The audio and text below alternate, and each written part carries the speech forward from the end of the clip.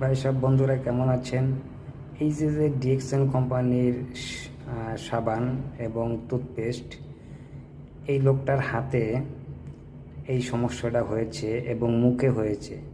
দেখি এই সাবান, টুথপেস্ট আর গ্যানোজি অয়েল, এই ডিএক্সএন কোম্পানির, এটা ব্যবহার করে যদি সেরে ওঠে, তাহলে আমি আপনাদের মাঝে আবার ফিরে আসব এবং বলবো যে এই সমস্যা থেকে ডিএক্সএনের টুথপেস্ট এবং সাবান ব্যবহার করায় সেরে উঠেছে।